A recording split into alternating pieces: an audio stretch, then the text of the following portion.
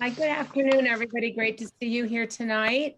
I am Janice Kaminer-Resnick, and on behalf of Jews United for Democracy and Justice and Community Advocates, Inc., I warmly welcome you to what I believe is our 65th consecutive week of America at a Crossroads virtual town halls.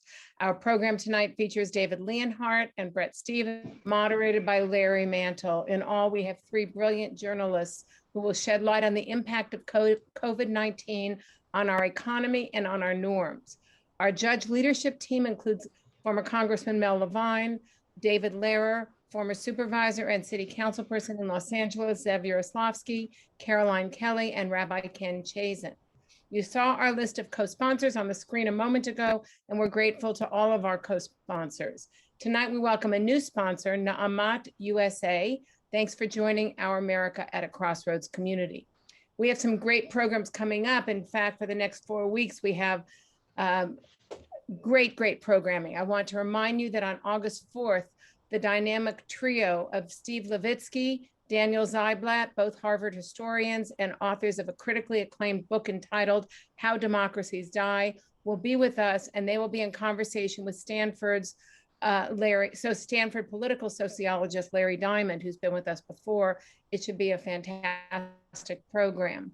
And as we announced last week, on August 11th, Alex Vindman, former lieutenant colonel who was bullied into retirement after truthfully testifying under subpoena in the first impeachment trial, will be joining us to share his personal story. We hope you will join us not only to hear what Alex Vindman has to say, but also to honor his heroism. I want to remind you, please register as early as you can for all of our programs. If you register in the final hours, it's very hard to assure that you'll get the Zoom link on time. And of course, we appreciate your donations. We really do. That's how we function here. So there's a link for registration and for donations in the email you'll get right after the program. And tonight, again, when you pose your questions in the Q&A function, be sure to tell us what city you're listening from. And finally, we also want to welcome C-SPAN viewers who will be seeing this on C-SPAN. Warmly welcome that opportunity to share our programming. Now, my colleague and dear friend, David Lehrer, will just mention a couple of other upcoming programs. David? Thank you, Janice. It's a pleasure to be here once again for what promises to be a very informative discussion. Next week, we'll have returning to our program after a year's absence, two of the very smartest, wittiest, most entertaining political practitioners and pundits today, Bob Shrum and Mike Murphy, the co-directors of the University of Southern California Center for the Political Future. They'll assess the political landscape 6 months into the Biden term, who's winning, who's losing, and what does it really mean going forward towards 2022 and 2024. And now to introduce this evening's guests and the subjects they will discuss, one of our most frequent moderators, a winner of countless awards from his peers in broadcasting, and the host of KPCC's Air Talk since 1985, the one and only Larry Mantle. Larry? Thank you, David. Thank you, Janice. It's a pleasure to be with you again for America at the Crossroads. This series of weekly programs that I know has become a habit for many of you, the broad range of topics, the tremendous array of world-class guests makes for a wonderful hour of conversation. And I think for all of us, whether we're directly presenting the program or whether watching the program, come away with a great deal of food for thought. And to echo what Janice just said, we welcome those of you watching on C-SPAN. It's a pleasure to come into your homes to be able to share one of these special weekly programs. Let me introduce our guests in conversation this evening. Bret Stephens, Wall Street Journal columnist earlier in his career, deputy editorial page editor at the Journal, and then editor-in-chief of the Jerusalem Post. Won the Pulitzer Prize for commentary in 2013 and is now New York Times opinion columnist and NBC News senior contributor.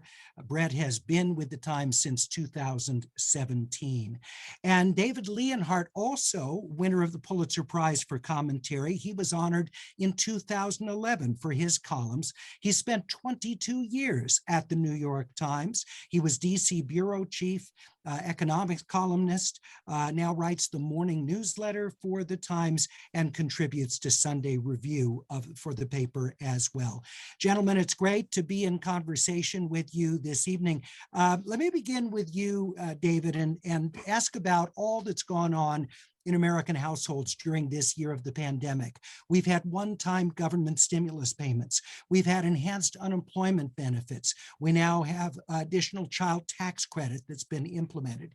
Looking at economically where we are and all the federal assistance that's been provided to Americans, are we in some ways even better off in some lower income households than perhaps we were heading into the pandemic? There are a lot of cross currents there. First of all, thank you for having me. It's a pleasure to be with all of you, and I always enjoy talking to Bret, whether we're being recorded or not. So I'm looking forward to this conversation. Obviously, the pandemic has mostly been just a horrible thing, right? It's killed more than 600,000 Americans. It's killed millions of people around the world. The global death toll is almost certainly much higher than the official death toll because not every country has as good medical records and record keeping as we do.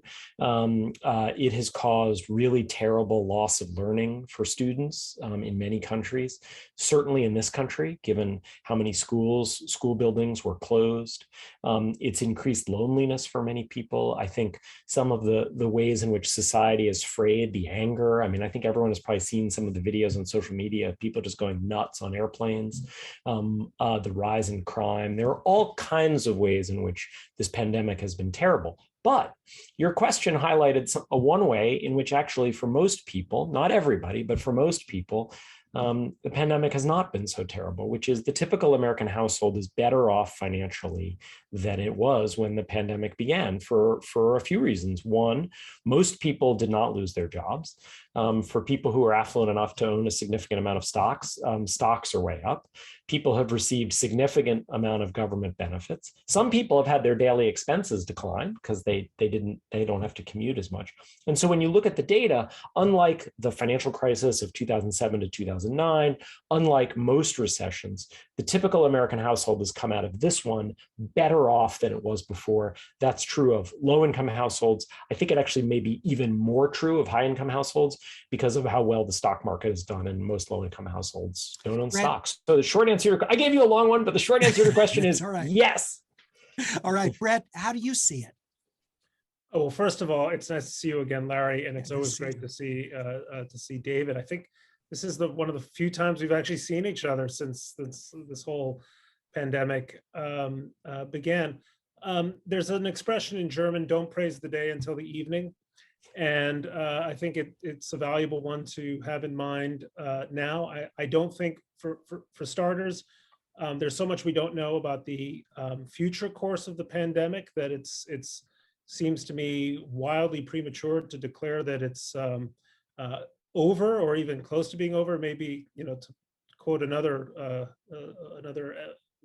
use another quote, I don't know if this is the beginning of the end. Maybe it's just the end of the beginning. I think that was Churchill's line after the Battle of Britain. So we'll see. And I think that also carries over into the economic questions. I mean, to me, the great worry is inflation. And inflation, if we're being serious about it, is as much a economic problem as it is a historical neurosis. That is to say, any people who have lived through inflationary periods fear it, and they typically fear it for very good reasons. It's why Germany held on fanatically to the mark after the inflation of the 1920s.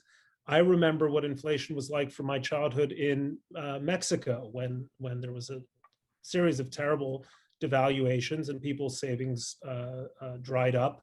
And it tends to lead not only to bad economic outcomes and bad economic decision making, it also tends to lead to very turbulent political periods. And so that's another thing that we should be wary of.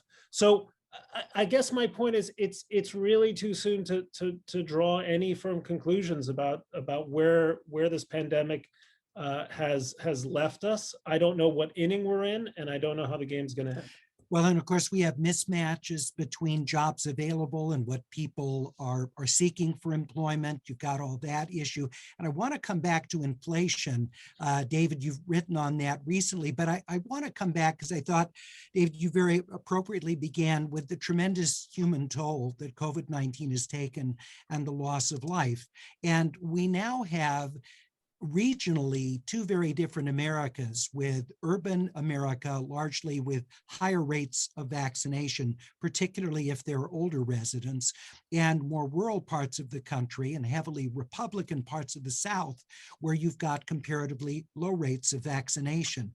So there obviously is a significant human toll in that going forward among those unvaccinated. As our public health experts tell us right now, this is largely now a pandemic of the unvaccinated. It's a surge of the unvaccinated.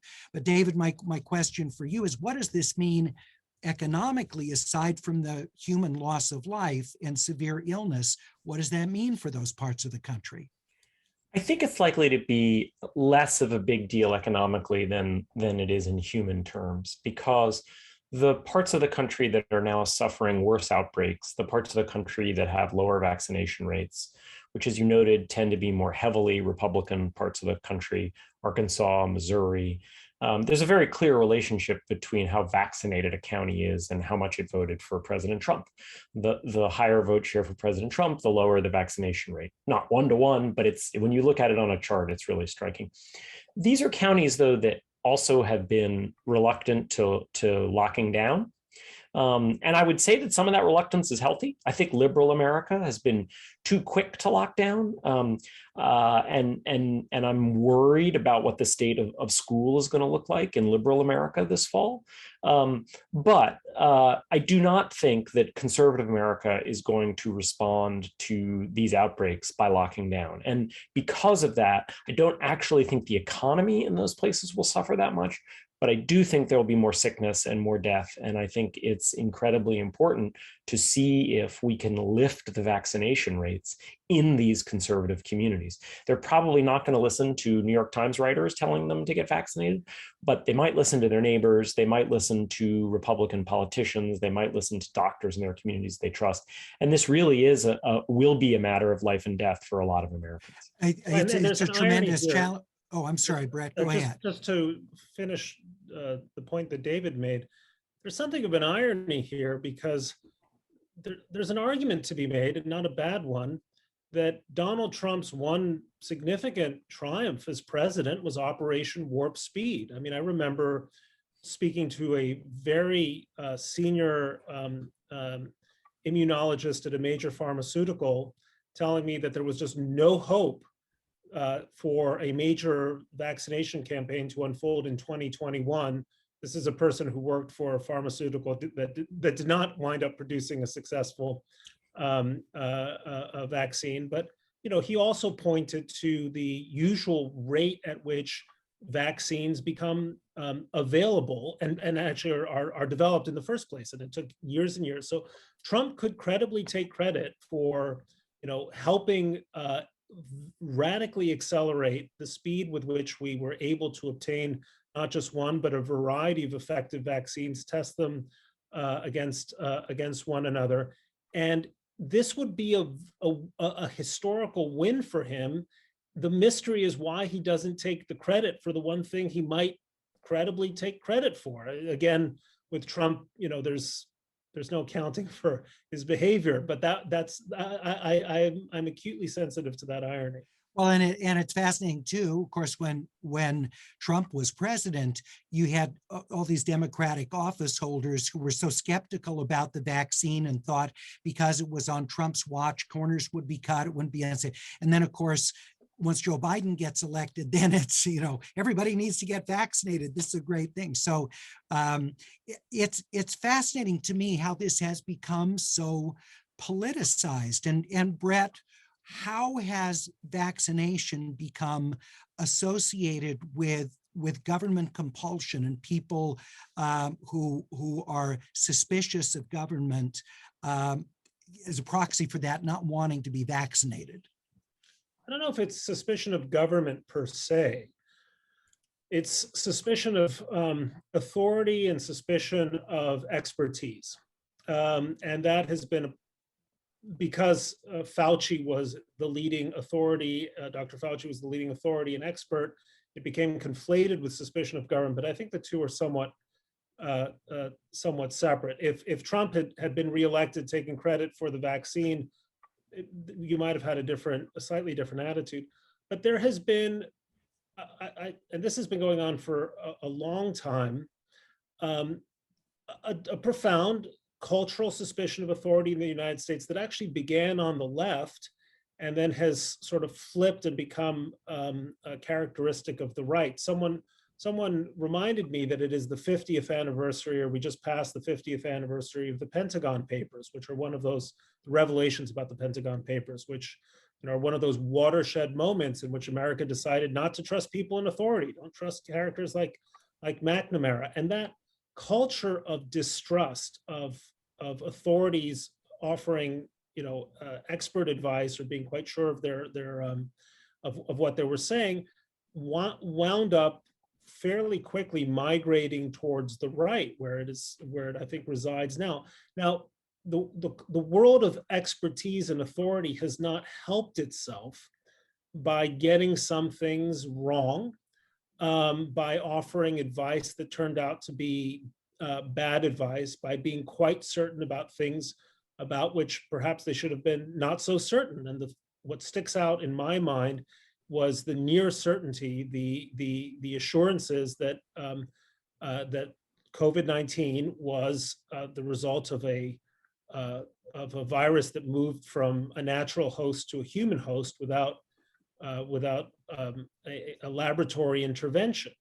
And that, again, I mean, that's one example of many, but one of the responsibilities of maintaining respect for experts and for authority is making sure they get it right. So that's a concern of mine. And I think one of the things that we've seen is that tension in public health officials between wanting to have a unified front because they want to give a consistent message, but then falling into groupthink without necessarily all the evidence behind it. And instead of saying, this is our best judgment, given the facts we have, making it sound much more definitive. And I think that's one of the problems you point out with the Wuhan lab issue or some of the others around the virus.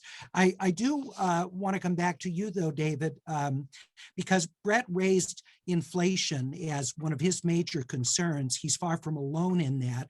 You wrote about how there are two schools of thought on this. One of that it's more temporary supply chain problem and greater demand than supply. And so scarcity is driving up prices. There are those who think, no, it's a longer term issue that we're heading into. How do you see it? This is a hard problem to think about.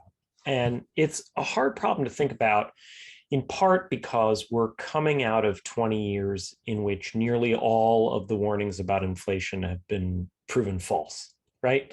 And there's a record on this. If you sort of go and you look at Wall Street forecasts, Wall Street forecasters have constantly been saying inflation is going to come in here, and then actually it comes in here.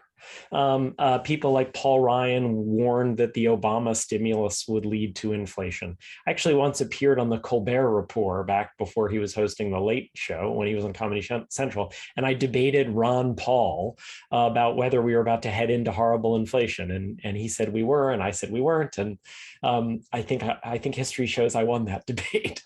And so we've sort of seen again and again, particularly from the political right in the U.S. and particularly from Wall Street, this notion of whenever there's government action, this notion that it's going to lead to inflation. And it's been wrong repeatedly, that for a sort of combination of reasons, globalization has held down prices, labor unions are so weak that workers can't easily bargain for higher wages. We just have had extremely low inflation for the entire 21st century now.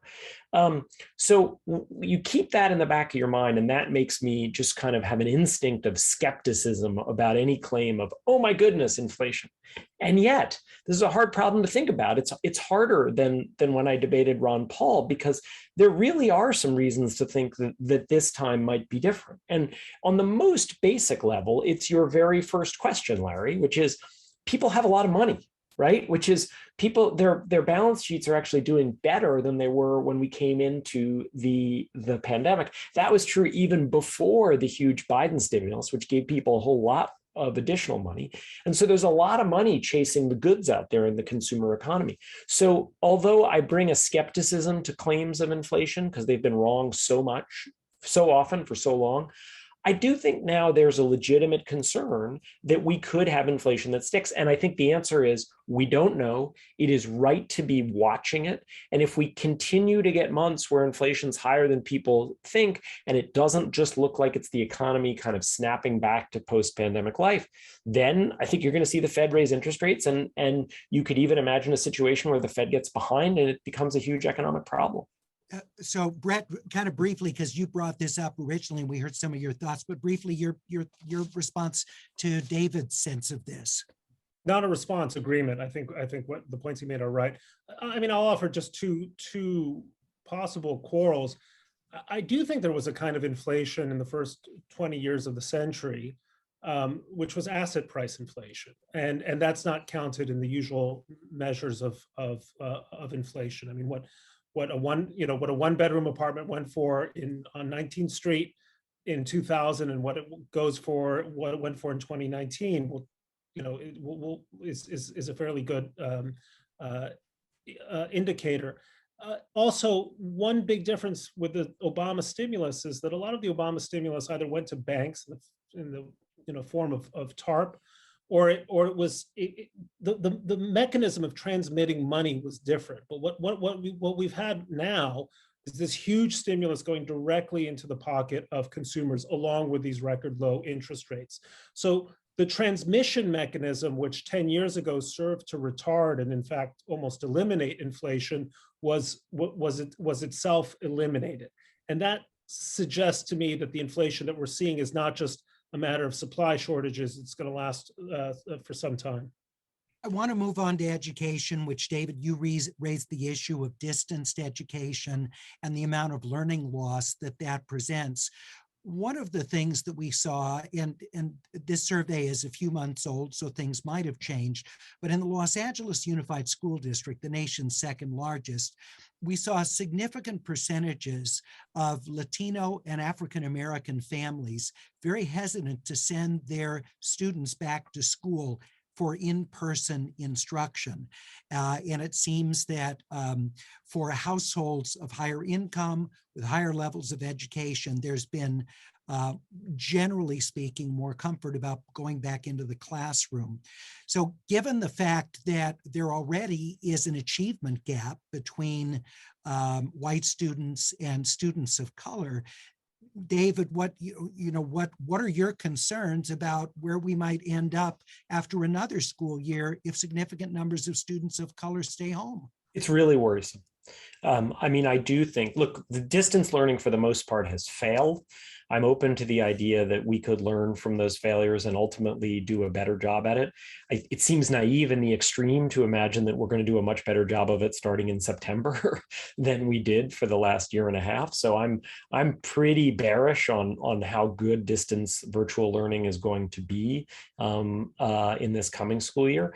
And you're right that we see a lot of working class families across races, particularly Black and Latino families, somewhat skeptical about the idea of sending their kids back to school. And so why is that? Well, in part, as we just saw today with the new data on life expectancy, COVID has hit Black and Latino communities much harder than it's hit white communities. That was true originally for a combination of reasons. People in Black and Latino communities often are working frontline jobs. They couldn't go up to their basement to do their jobs in many cases the way I could, basement or attic. And it was also then about access to vaccines. And now I think it's in large part about vaccine skepticism. And I think we should separate here. I think there's been a real reduction in vaccine skepticism in Latino communities. There's been some reduction in Black communities, but now the two communities with the highest level of vaccine skepticism are Black communities and Republican communities. So I really think we got to get kids back into school. I think we have to get people vaccinated who are eligible. I really think we need to get kids back into school. The one thing I would add, though, is I don't think this is just about COVID. My wife, who's a teacher, has helped me think about this. I also think we're getting a little bit of a signal that school does not serve many Black and Latino students as well as it serves white students. And if it served those students better, they would be more excited about going back, and their parents would be more excited about sending them back. So I guess what I would say is we need students back in school now, but I also think we should be reflective about why is it that so many students of color and parents of color aren't that excited to go back to school, and how can we make school better for them? And here's the great irony, of course, is that, for many families of color, this has come at great economic sacrifice, because if someone needs to stay home with young children who aren't in school, that's hours or potentially a complete job that a parent isn't able to do because they need to be home during the day providing childcare. So the economic consequences are also greater from that. Bret, where do you think we're going to end up another couple of years of this if significant numbers of students stay home? I was just talking about this with my 17-year-old daughter, and I'm just struck by the extent to which their experience as teenagers was just fundamentally marked and shaped by COVID in a way that is just untrue for those of us who are older, because for a 17-year-old, a year or two of life is a significant fraction of life. For those of us who are older, a year or two is you can barely remember what happened, the year in the year before. And I think this is going to last some time more. I am not confident that we're going to see the kind of enrollment that we had before the pandemic ever return. Now, some of this might be productive, and I think David puts his finger on an important point, which is it is going to make us rethink how we do school, how we teach, and the ways in which we can teach that offers just a wider menu to students and parents in terms of access to a classroom. That's going to be pretty good. I think 20 years from now, you're still going to see therapists meeting with students talking, or meeting with adults talking about how deeply scarred they were by childhood, where a significant fraction of their youth was denied them because of the inability to go to school or receive the kind of education they required. We had a court decision, federal judge involving Indiana University's vaccination mandate for all students, faculty, and staff. The judge upheld that mandate, and many colleges are making it mandatory for every member of the college community that they have to be vaccinated, but not all schools are doing that. Potentially, when we see this differential between vaccinated and unvaccinated people's health and people getting sick who aren't vaccinated, I don't think it's too much of a reach to think that we're going to see among different venues that kind of a requirement. Already in Los Angeles, there are a number of bars and nightclubs that are mandating that patrons show they've been vaccinated or show a negative COVID test within the past 72 hours. So, David, what I wonder is, are we going to start seeing this kind of mandated proof of vaccination much more widely, and how is that going to play out in terms of divisiveness within the country? I mean, first of all, I think it's worth saying we mandate stuff all the time, right? We mandate that you wear seatbelts. We mandate that people have other kinds of vaccines. We mandate certain kinds of behavior on airplanes. And so the idea that we would mandate COVID vaccines, there's nothing particularly new about that. These are newer vaccines, so I can understand why some people would say, well, this is different, but also COVID's a much bigger threat than many of the other things we mandate. I mean, it's not actually a safety problem to use your laptop when a plane is on a runway, and we don't let people do that. Letting COVID kind of run through society because we don't have vaccinated people is a threat to a lot of people. And so to me, I absolutely think the idea of COVID mandates are well within all kinds of American traditions. We do have a logistical problem, which is the FDA still hasn't formally approved them. It's really hard for the military or schools to require them if the FDA won't approve them. Well, the other issue is who is going to have a trustworthy verification system. People have vaccine cards, but those are very easy to falsify. The state of California's system is riddled with inaccuracies on what people's actual vaccination status is. So that's a hurdle. If we're going to have vaccination passports, we have to deal with that hurdle. But Bret, your take on this? Can I just say one quick thing, Bret, before you come in? David. It is a hurdle, but let's not exaggerate how big it is. Which is, if as a university you basically make a kid sign for the idea that she or he has been vaccinated, and if it turns out they lied and you figure that out because later they contracted it, and you can say, well, we want to take an antibodies test. There are ways to deal with it. So even if it's a hurdle, I do think mandates would lead to a big increase in vaccinations, even if it doesn't get absolutely everyone and a few people lie about it. So yeah, I guess I was thinking more of non-university employers or entertainment venues, things like that. But no, I think your point where you've got someone who's a resident in your community, it is going to be much easier. Bret, your thoughts on where we go with this? Well, there's an app for it. I mean, at least in New York State where I live, a frame shop, a framer I know, showed me the Empire State app, and as best as I can tell you, they have a record of your vaccination, and if you match it, then you'll have an app on your phone, and I assume that that's just going to become the de facto vaccine passport. I was maybe the libertarian in me was more skeptical about the idea of vaccine passports and mandating it in different institutions. But I'm so eager to get this a nightmare behind us that I'm becoming more enthusiastic about it by the day. And of course, as a free market capitalist, I believe that businesses, hotels, private institutions have a right to set rules within their own, communities. If you want to fly Delta or any other airline or go patronize a restaurant, you implicitly understand that you are subject to their rules. And I don't understand why a vaccine showing proof of vaccination should be any different. Well, and I'm glad to hear New York's works. My vaccine status is incorrect in California, so is my son. And the doctor from UC Davis, the infectious disease specialist I had on the show today, said they have no record that he ever got vaccinated. So here in California, we have problems with our Department of Motor Vehicles, our Employment Development Department, and other record keeping and processing parts of our government. So hopefully that's an area they can improve in. Gentlemen, I want to talk a little bit about, I can't remember which one of you were talking about people acting crazy. It may have been David, but people acting out on airplanes. We're seeing rises in certain types of crime and gang-related crime in some American cities right now. We have more road rage incidents here in Southern California with people shooting at other cars. There's a nastiness just that we often see with people that perhaps is a part and parcel of a year of being cooped up and people unable to do other things they've done in their lives.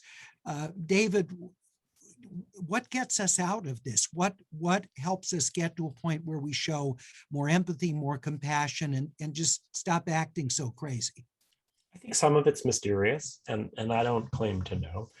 But I do think some of it is the isolation of the pandemic. I mean, I think when you think about your own workplace, or if you go to school, your own school, or if you don't work or go to school, your own community, when you run into people in person, it humanizes them, right? There can be, Bret and I disagree on a lot of things, right? And I'd like to think that we'd get along no matter what. But one of the reasons we get along is we've spent time together in person. We've leaned on each other's desk and we've talked to each other. And when you meet someone in person, it introduces a warmth to the relationship, whether it's a professional relationship or a personal relationship. And we've all been looking at each other in these little boxes, right? The ones we're looking at right now. And when you do that, I think a lot of times your relationships with people you already knew continue to be the same. But One, you've been lonely, you've been isolated, and two, people you don't know as well. It's like the same way Brett and I get emails all the time from people who just lash out at us, and they're incredibly nasty. I would guess many of those people. I thought I was alone, David. I don't tell you get more than I do, Brett. But most of the time I just ignore those emails. I'd be interested, Brett, if you've had this experience. My guess is you have. Sometimes I write back.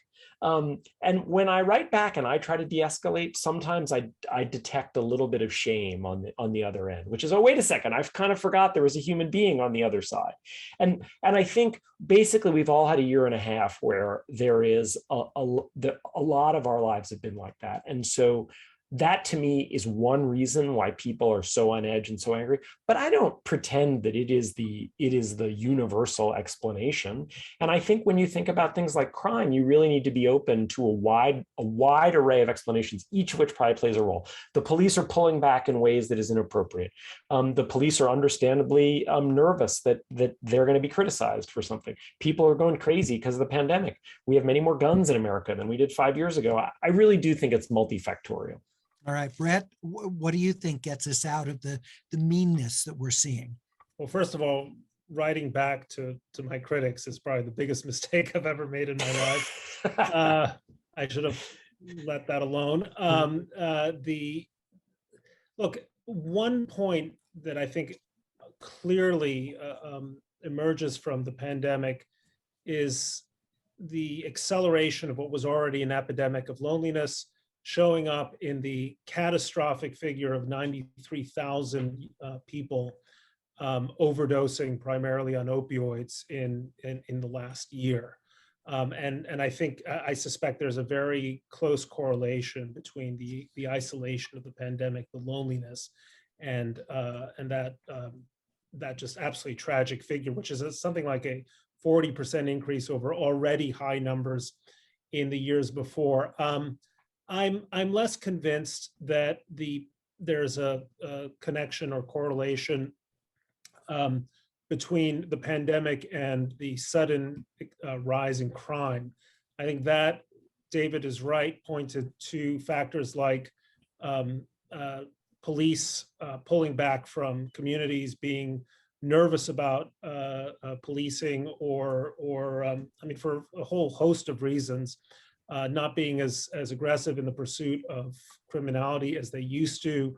And this has become a major factor in nearly every American city, but particularly in New York. My last column was a profile or an interview with Eric Adams, who's almost certain to be the next mayor, a former cop, who ran really on one thing: I'm going to make the streets safe again, and was able to win a fairly decisive victory. So I don't know if you can look at the pandemic and say that is why crime has risen, but I would say that I think I've been developing this theory that the 21st century, just as the 20th century only began in 1914 with the murder of the Archduke in Sarajevo in the beginning of the First World War, the 21st century only really began at the very beginning of 2020 with this pandemic. That this is the event that is going to define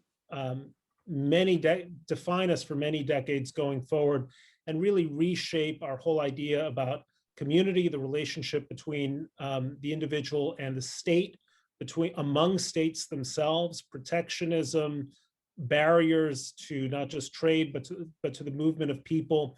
This to me has been the beginning of the Great Regression. And it's going to be with us for a very long time. And it will be the way future generations understand a large portion of the 21st century. I have to add a plug, which is if anyone hasn't yet read Brett's interview with Eric Adams, go read it. It's great. Very good. Well, let's take some questions from members of our audience. And again, to those of you watching on C-SPAN, wonderful to have you with us. A series of weekly programs, America at Crossroads, is what you're watching right now. So this question comes from Alan, who asks, why doesn't the government just mandate that everybody has to get vaccinated? Brett? Well, I'm not sure it's constitutional. So that would be one reason. All right. And there are, by the way, let's not forget, I mean, all of us, but there are all sorts of categories of people who have legitimate reasons other than ignorance and orneriness not to want the vaccination. David, do you see it as a legal issue for the government, or does it extend even beyond that? I mean, it's both legal and cultural. I mean, what the list of things the federal government mandates is extremely small, right? I mean, it's you got to register for the draft. It's just not very long. So states mandate things, private businesses mandate things. But I also think if President Biden came out tomorrow and said, I'm going to try to put in place a mandate, I just think it would fail. I think it would. We live in such a polarized country. I don't think he'd get the law passed. I think it would turn people off. Whether it's constitutional or not, I don't think it would be effective. But I think it's different for businesses and potentially state governments, local governments. Jeff asks, now that Fox News Channel has had some personalities mildly endorse vaccines, do you think the vaccination rates will go up? And why do you think Fox has modified its messaging? Bret? Well, I mean, from what I know of Fox, that would have been purely the call of the two prominent anchors, Steve Doocy and Sean Hannity, in urging their listeners to get their viewers to get the vaccine. But let's not forget, as large as Fox is, it reaches maybe 3 million people, 4 million people. That's a little more than 1% of the country. So Fox News hosts urging people to get the vaccine will not change very much. All right. And David, any thoughts about why Fox has become more positive toward vaccination? I don't. I mean, my guess is there are some people at Fox and in the Republican Party who see now what's happening with this becoming not only a pandemic of the unvaccinated, but increasingly a pandemic of Republican America, and aren't happy about it. Many of these leaders have been vaccinated themselves, and so I think they may be a little bit worried about this and want to act about it. Even if Fox News itself isn't huge, I do think that I do think kind of movement among major conservative figures can matter. So I really welcome it. I still wonder, though, for so many of the Republican office holders and other prominent Republicans who have been fully vaccinated themselves, why, some cases they've been very open and talked about that, but in other cases, seems they've been very reluctant to speak of that.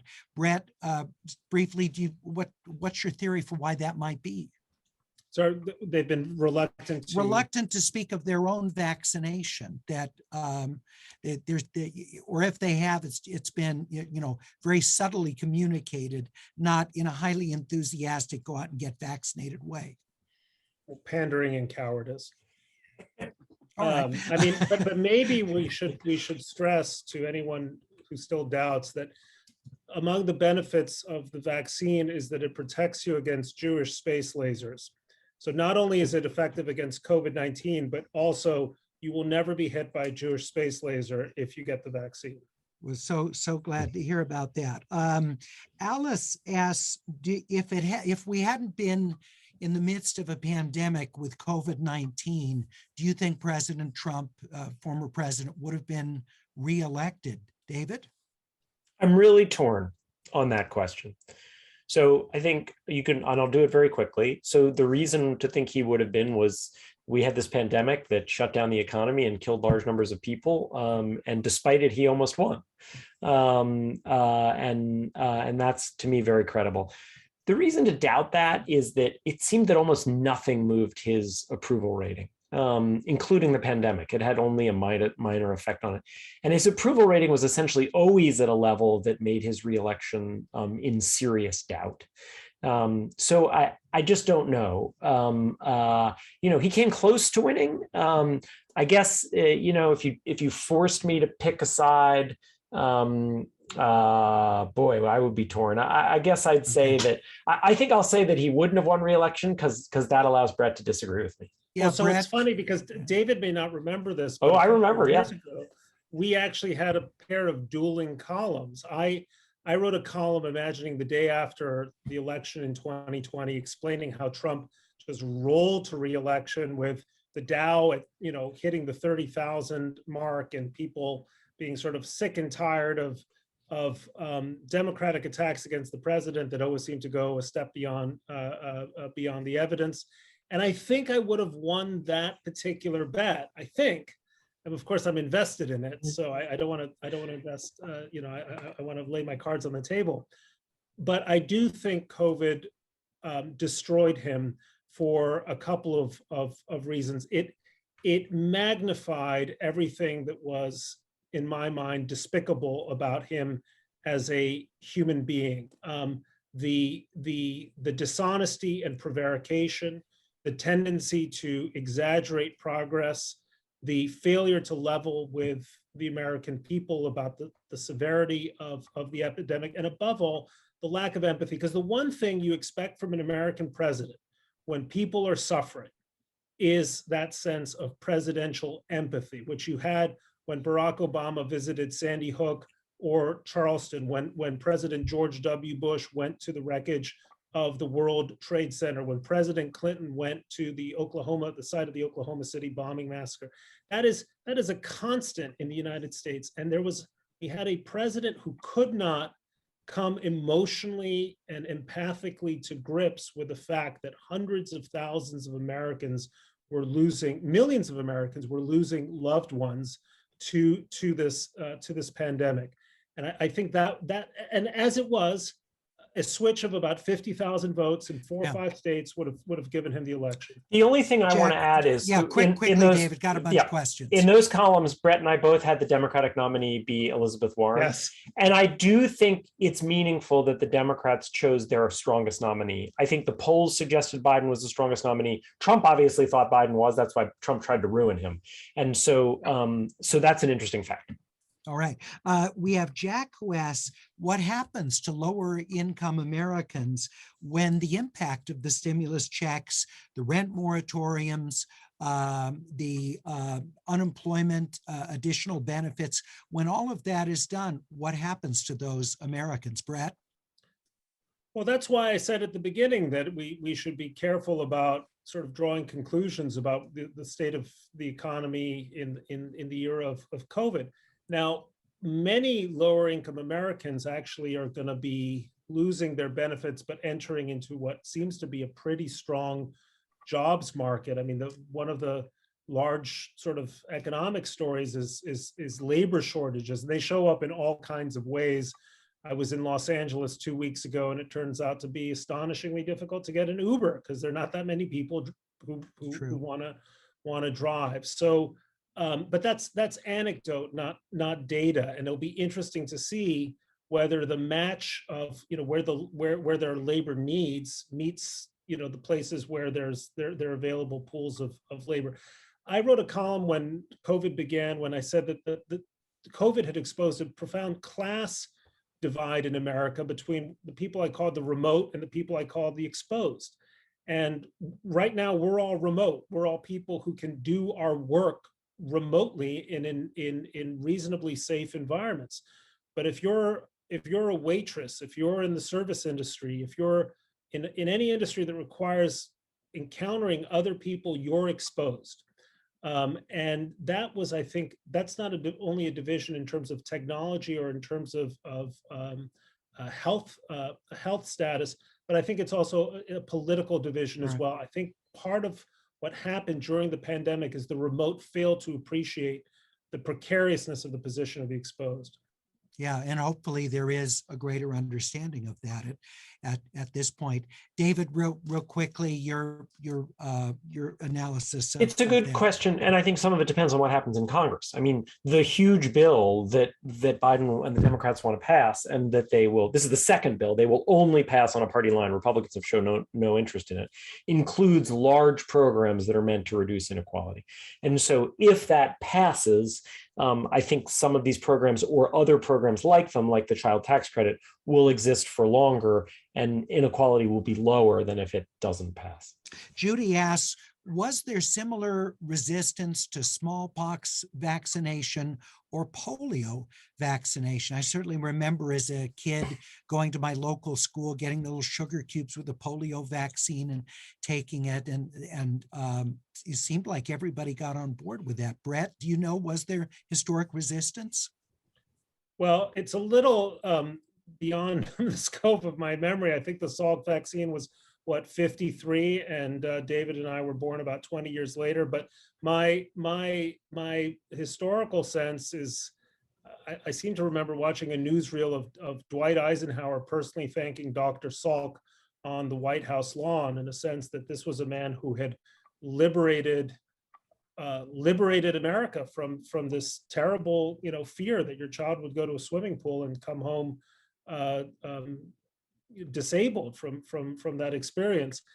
And I think, by the way, this says something about a profound change in the country and a profound change in our ability to reason and to understand science and understand the way in which medicine works. I mean, it's not a great credit to the United States, if my history is right, to see the difference in response between the response to the Salk vaccine and the response to Moderna and Pfizer, which are equally miraculous and ought to be celebrated that way. Brett, I've read some of the old papers. You can read them online. Yeah. And Brett's memory is correct.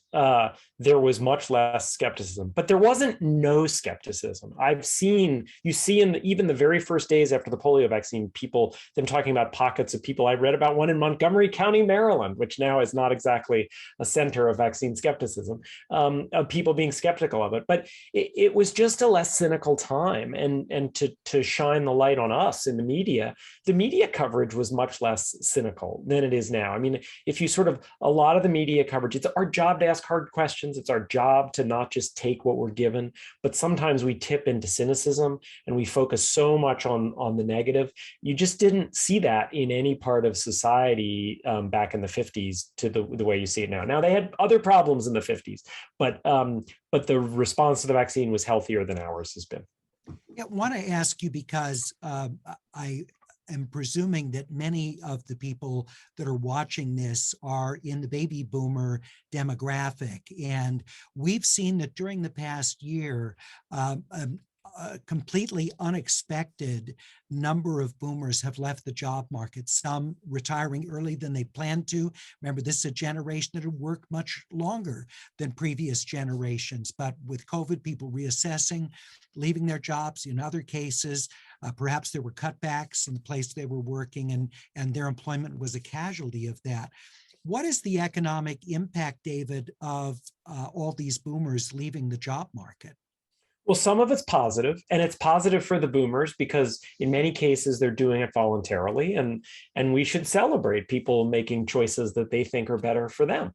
And so if someone's leaving to work on a hobby or volunteer or spend time with their grandkids and they made that choice, that's great.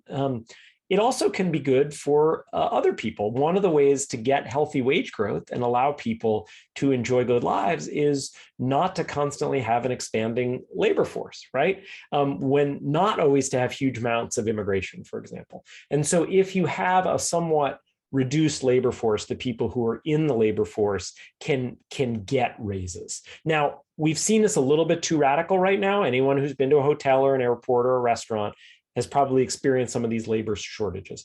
But long term, the idea that boomers would leave the workforce, would be able to enjoy their retirement years, and would also open up more economic opportunities for younger generations, I think is a good thing. The main generational problem we have right now is that Generation X and the millennials and Generation Z, none of them have as bright economic prospects as the boomers had at similar points in age. And so if basically it's a question of a boomer leaves the workforce and is happy and also opens up that income for younger generations, I would say for the most part, I would celebrate that. Brett, what do you think? Oh, get out of the way. Absolutely. Do you have any concerns about Social Security funding, about the institutional knowledge that goes with boomers if they retire several years earlier than they had planned to? You don't see that as any negative effect on the economy? Oh, of course. Look, and David's point is fundamentally right. If this is a matter of individuals making choices that are right for them, well, obviously, God bless them. That's what that's what they've earned over a lifetime of work. I mean, look, I do think that, I have this sort of grand theory that there are decades in which the old rule the young, and there are decades in which the young rule the old. The 50s were a gerontocratic decade, and the 60s were a decade of youth. And we've had, or we seem to be having, a decade in which the old sort of respond to the demands of the young. I'm not sure that's always such a healthy thing, because age offers perspective, experience, and occasionally some wisdom. And it's often a good thing to have, not just with your grandparents, but actually in your job, people who have been around and seen some things. So, of course, I'm saying this as I get older, and I suddenly discover the merits of wisdom and experience. Gentlemen, I want to give each of you a chance to offer a concluding thought of approximately a minute. So if you could hold it to that. And David Leonhardt, why don't you start us with your closing thoughts about our overarching topic of COVID-19, where we are economically, and what our near-term future is apt to bring us. Well, first of all, thank you again for having me. Thank you, Larry, for conducting this conversation so well. And Bret, it's always fun to talk. I guess my closing thought would be to urge everyone to engage. So in this polarized time, engage with people who disagree with you. At the end of a year and a half, not at the end, but after a year and a half of pandemic, figure out ways to engage, particularly if you're vaccinated.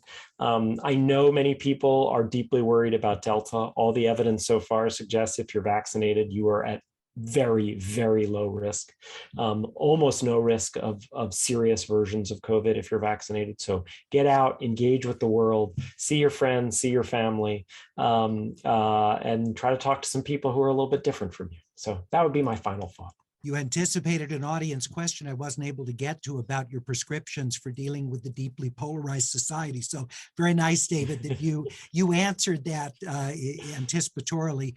Bret, final thought from you, please. I had breakfast with Gary Kasparov not too long ago, and he had this wonderful line that I used in a column. He said, China gave us the virus and the free world gave us the vaccines. And by China giving us the virus, what he really meant was an authoritarian regime that suppressed information in the critical early days of the virus. And then a free society that, for all of our mistakes and all of our mishugas, ended up providing the openness and ingenuity and intellectual wherewithal to provide us with what really are just astonishing miracles. These not only effective vaccines, but actually medically revolutionary mRNA vaccines.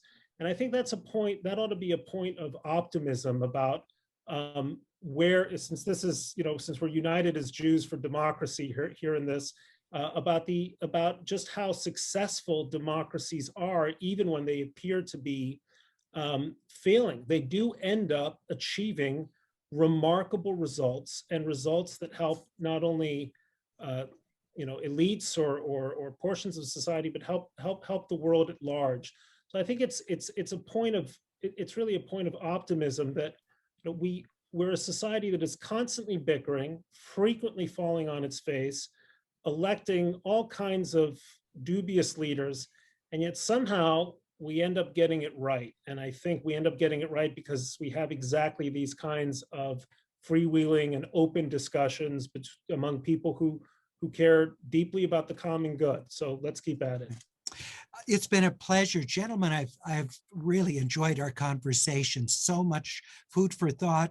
Bret Stephens, thank you so much. David Leonhardt, thank you very much. It's been a terrific conversation. And if you're watching on C-SPAN, this is part of the series, America at a Crossroads. You can do a web search for that, find out about these programs, typically Wednesday evening, 5 o'clock Pacific, 8 o'clock Eastern time, with terrific guests, just like the ones that we've had this evening.